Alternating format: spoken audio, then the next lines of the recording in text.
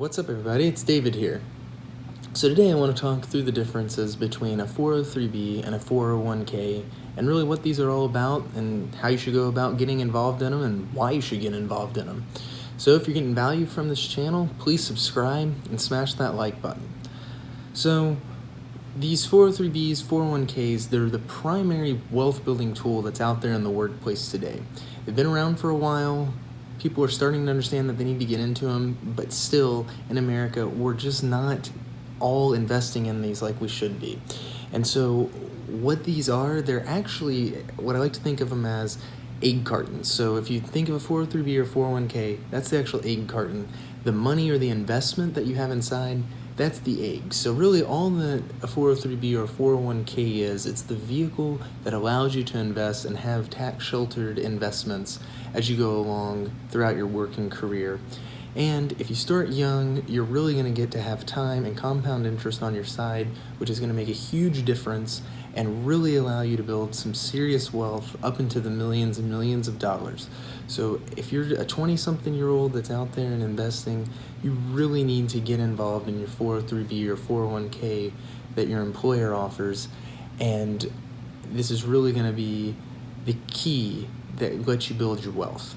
So when you look at a 401k plan, the name itself comes from the actual tax code. So if you look up the IRS tax code, you go to section 401k, that's where it's going to have all the details around what you can do and how you can actually invest in a 401k.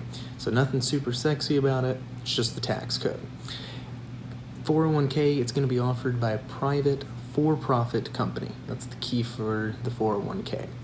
And it's going to be a retirement savings plan that allows you to contribute a fixed amount of your income. So in 2019, you can go up to a total of $19,500. Now, generally, it's going to be something where you go in and you invest 5, 10, 15% of your income, but it ultimately can't exceed $19,500 if you're below the age of 50.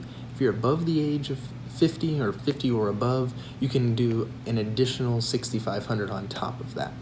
Now, most employers for a 401k do offer a matching option, which is awesome.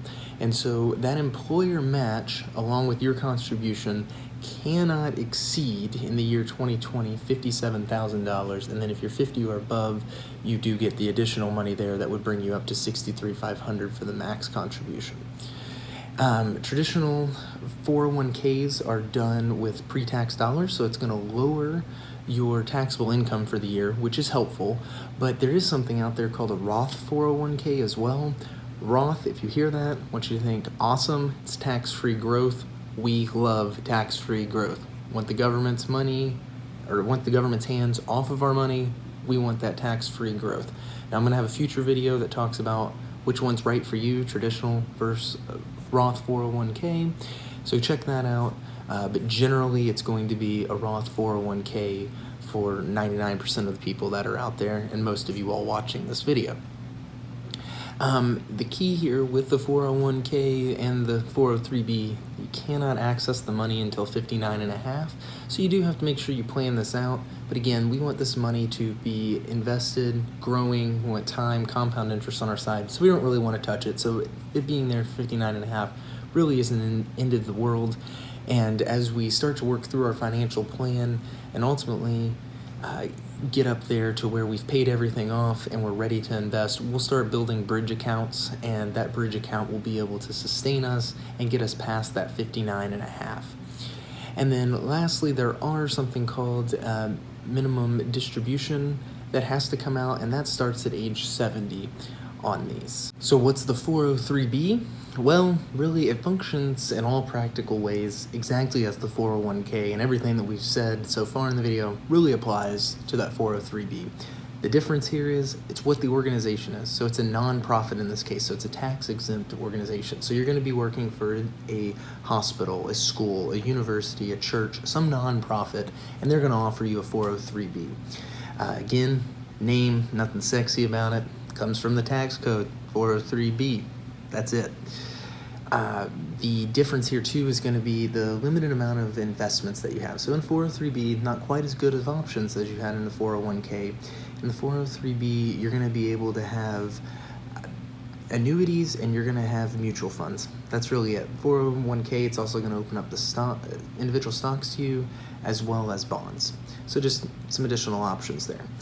The 403b actually has fewer employer matching, and this is because the employers have to follow something called the Employee Retirement Income Security Act that was put in place in the 70s.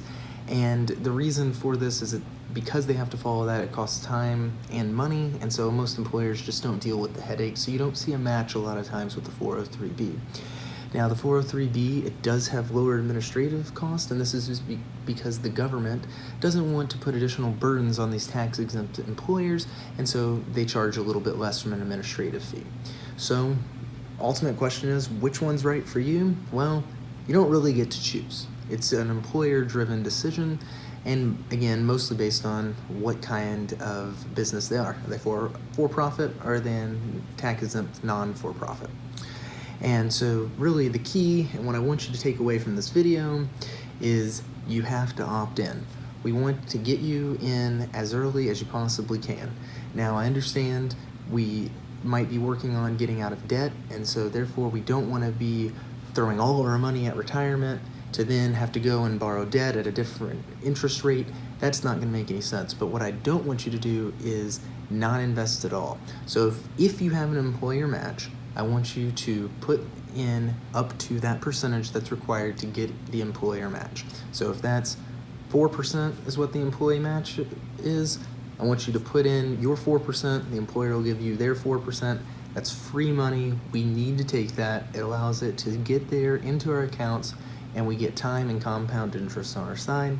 So I want you to do that. Then after you get your debt paid off, then you come back around, and ultimately I want you to be around that 15 to 20% of your income while you're focusing on kids' college and paying off your home mortgage. And then once that home mortgage is paid off, kids' college is set and on autopilot, then you come back and you can max out these retirement accounts and get up to that $19,500 number we were talking about, and ultimately just protect as much money as we can from the government getting their hands on it.